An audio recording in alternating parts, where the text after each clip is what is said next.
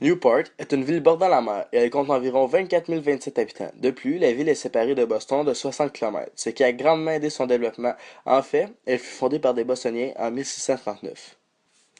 Newport abrite la plus vieille synagogue des États-Unis, qui se nomme la synagogue Taureau. Celle-ci a été inaugurée en 1763 et elle est la seule datant d'avant l'indépendance. C'est aussi à cet endroit qu'eut lieu un des premiers actes de défi envers les Britanniques.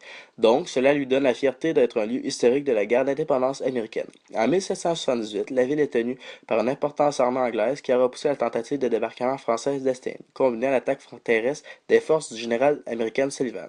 Mais, cependant, elle a été évacuée par les troupes anglaises en 1779, ce qui a eu pour conséquence de laisser place aux Français, ce qui a entraîné en juillet 1780 le débarquement de 5 500 hommes du corps envoyés par Louis XVI pour soutenir les Américains dans leur révolution. L'armée française s'est installée pendant un an dans la ville de Newport, qui a été transformée en place forte et en port de guerre. Elle a été un important port pour le commerce d'esclaves. De plus, Newport a aussi longtemps abrité les régates de la Coupe de l'Amérique. C'est aussi le point d'arrivée de la Transanglaise, une course transatlantique en solitaire entre Plymouth et les États-Unis. Elle abrite aussi plusieurs monuments remarquables, comme par exemple The Breaker et la Marble House. Les premiers à avoir choisi Newport comme lieu de villégiature estivale étaient des riches planteurs du sud des États-Unis, qui voulaient fuir les grandes chaleurs et l'humidité d'été de la Géorgie ou de la Louisiane.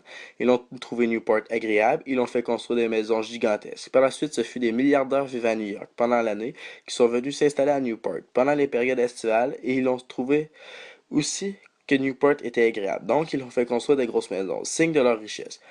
À l'intérieur des résidences, on pouvait avoir une pièce toute en marbre d'Algérie, une réplique d'Albaïd romane ou une salle à manger inspirée du château de Versailles. Les Vanderbilt est l'une des familles princières des États-Unis, tellement qu'on ne compte plus les demeures que Cornelius Vanderbilt a fait construire à New York sur les plus belles avenues. Un immeuble qui démontre la fortune des Vanderbilt est la résidence de Breaker. Le membre de la famille est le plus connu est Consuelo, qui a épousé le 9e duc de Mecklembourg. Celle-ci eut la chance de rencontrer le tsar Nicolas et d'innombrables princes indiens durant son mariage. Lors de la mort de Cornelius Vanderbilt en 1899, la propriété Breaker revint à sa veuve Alice, qui la donna ensuite à sa fille comtesse de Glendy-Swansea. Mais depuis 1972, The Breaker appartient à The Representation Society of Newport, qui l'a racheté de la comtesse Sylvia Sparcy. Cornelius Vanderbilt est devenu un des hommes les plus riches du monde avec la construction de son empire maritime et ferroviaire. En parlant de fortune, les Vanderbilt possédaient des terres à Cornship Township dans le Michigan, dont une partie des terres a servi à la construction du chemin de fer en 1875. Quand ceux-ci devenirent propriétaires de la Michigan Central Railroad en 1880, le village de Vanderbilt vit le jour. Cornelius Vanderbilt a vécu dans des maisons normales, contrairement aux autres membres de sa famille qui ont employé leur fortune dans la construction de somptueuses résidences. Quelque temps avant le décès de Cornelius en 1867, celui fit un don de 1 million de dollars pour permettre la construction de l'université Vanderbilt à Nashville. D'autres membres de la famille Vanderbilt connurent une certaine notoriété, mais dans différents domaines. Les Vanderbilt ont démontré leur talent pour faire de l'argent, mais ils sont surtout doués pour la dépenser et la montrer à tout le monde, parfois de façon stupide. La Marble House appartient aussi à un membre de la famille des Vanderbilt.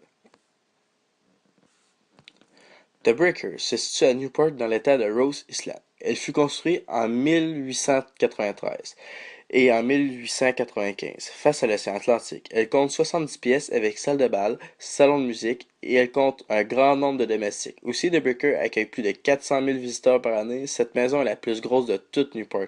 Elle a été équipée d'électricité, d'eau courante et de gaz, ce qui était rare à l'époque. Nous allons pouvoir en savoir plus sur ce sujet durant notre voyage. Bon voyage à tous.